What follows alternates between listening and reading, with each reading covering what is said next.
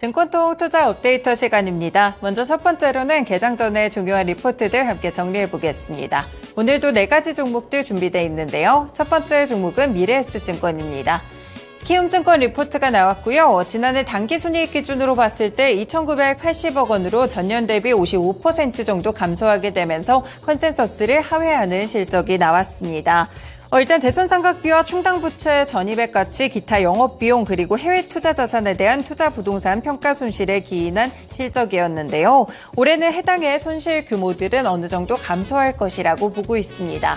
그리고 최근에 불거지고 있는 저PBR 관련 종목들 코리아 디스카운트 해소 정책에 대해서 이 주주 환원 행보에 앞으로 조금 더 민감해질 주가 흐름들을 짚었는데요. 기업의 밸류업 프로그램이 언급된 이후에 한 주간 27% 정도 올랐는데 여전히 PBR이 0.45배로 굉장히 낮은 수준입니다. 올해 발표될 3개년 주주 환원 정책은 과거보다 조금 더 큰 주가 상승의 트리거가 될 것이라고 평가했고요. 직접적으로 정책 수혜자가 될 것이라는 평가를 주면서 오늘 목표 주가는 10,000원까지 상향 조정했습니다. 네, 두 번째 종목입니다. 하나투어고요. 현대차증권 리포트입니다. 네, 4분기 영업이익이 114억 원으로 전년 대비 흑자 전환했고 컨센서스에 부합하는 실적이 나왔는데요. 패키지 송출객 수가 4분기에 크게 올라갔고 패키지 수탁금이 105%로 코로나19 이전 레벨을 상회하는 흐름들이 함께 나왔습니다.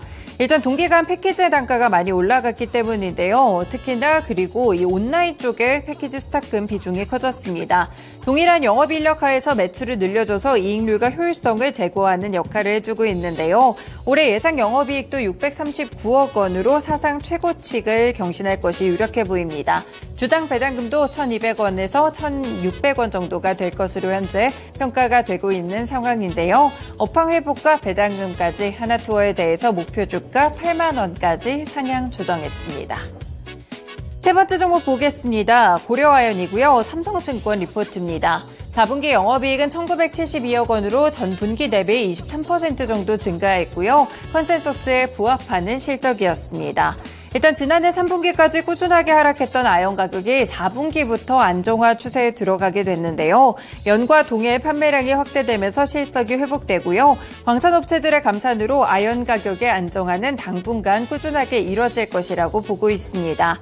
이 아연 가격이 저점을 지킬 것으로 보이고 있는 가운데 신사업에서는 약간의 인내심이 조금 더 필요하겠고요. 본업에서 양호한 실적이 기대되고 있습니다. 다만 올해 3월에 이 벤치마크 재련 수수료가 결정된 이후에는 본업에 대한 단기 불확실성이 좀 해소될 수 있기 때문에 이 부분은 조금 더 주목을 해보셔야겠습니다. 현 시점에서는 목표 주가 62만 원까지 유지를 했습니다. 마지막 종목 보겠습니다. SK이노베이션이고요. 대신증권 리포트입니다. 4분기 영업이익이 안 좋았는데요. 726억 원으로 전 분기 대비 95.4% 감소했고 어닝 쇼크의 성적표를 받아들었습니다.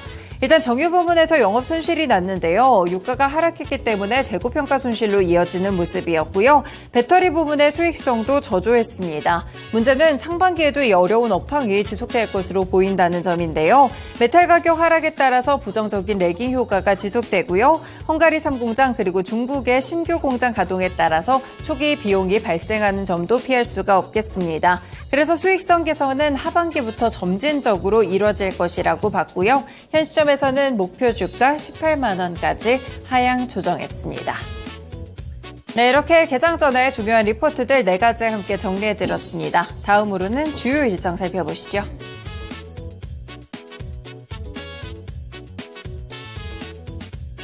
네, 이어서 증시 주요 일정 확인해 보겠습니다. 먼저 미국에서의 이슈를 살펴보도록 할 텐데요. 파월 연준 의장이 금리 인하에 대한 기대감에 찬물을 끼얹은 바 있죠. 그런데 이번에는 연준 인사들의 발언도 함께 나올 예정입니다. 토마스 바킨 리치먼드 연은 총재의 연설이 예정되어 있고요. 또 그 외에도 미셸 보만 연준 이사의 연설, 아드리아나 쿠글러 연준 이사의 연설까지 예정이 되어 있는 만큼 관련해서 금리 인하 발언은 또 어떠한 내용들이 담길지도 확인해 보시면 좋겠습니다. 이어서 다음 일정 확인해 보겠습니다. 지속되고 있는 실적 발표 시즌입니다. 그 안에서 월트 디즈니와 얌브랜드 등의 실적이 발표될 예정인데요. 월트 디즈니 같은 경우에는 한국 시간으로 봤을 때 8일 오전 6시 30분에 발표될 예정이고요. 그리고 얌브랜드 같은 경우에는 한국 시간 기준 7일 오후 10시 15분에 예정이 되어 있습니다. 그래서 월트 디즈니는 많이 익숙하실 것 같은데요. 얌브랜드 같은 경우에는 KFC, 피자헛, 타코벨 등 다양한 이런 외식 브랜드를 보유하고 있는 세계적인 외식 브랜드입니다. 이 부분 외식 업체라는 점 참고해 보시면서 실적 발표까지 챙겨 보셔야겠습니다. 네, 이어서 다음 일정 확인해 보겠습니다. 다음으로는 미국의 12월 무역 수지가 발표되는 날인데요. 무역 수지까지 꼼꼼하게 챙겨 보시길 바라겠고요. 이어서 다음 일정 확인해 보시죠. 네, 다음으로는 국내에서의 소식 확인해 보겠습니다. 오늘 윤석열 대통령이 KBS 신년 대담이 예정이 되어 있습니다. 이 부분 참고해 보셔야겠고요. 다음 일정으로는 실적 발표 일정도 함께 확인해 보시죠. 미국에서도 실적 발표가 나타나고 있지만 국내 증시에서도 실적 발표 끊임없이 나오고 있습니다. 오늘도 다양한 기업들의 실적 발표가 예정되어 있는데요. 대표적으로 CJ그룹주들이 있습니다. CJ E&M, CJ CGV 등이 있고요. LG와 FNF, 두산밥켓, 에코프로 그룹주들도 오늘 일제히 이렇게 실적을 발표한다는 점 참고해 보셔야겠는데요. 에코프로 BM, 에코프로 머티리얼즈의 실적 발표가 예정되어 있고요.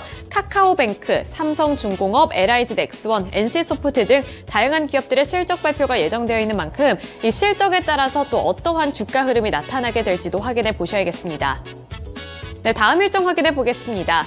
다음으로는 아기상어 극장판 영화가 개봉되는 날인데요. 관련 테마로는 엔젤 산업 관련 종목들이 있겠고요. 조금 더 세부적으로 들어간다면 삼성출판사의 주가 흐름도 확인해 보셔야겠습니다. 이 삼성출판사가 아기상어와 직접적인 연관성을 갖고 있기 때문에 이 아기상어라는 이슈가 떠오를 때마다 삼성출판사의 주가도 함께 들썩인 바 있는데요. 오늘도 함께 눈여겨보실 필요가 있어 보입니다.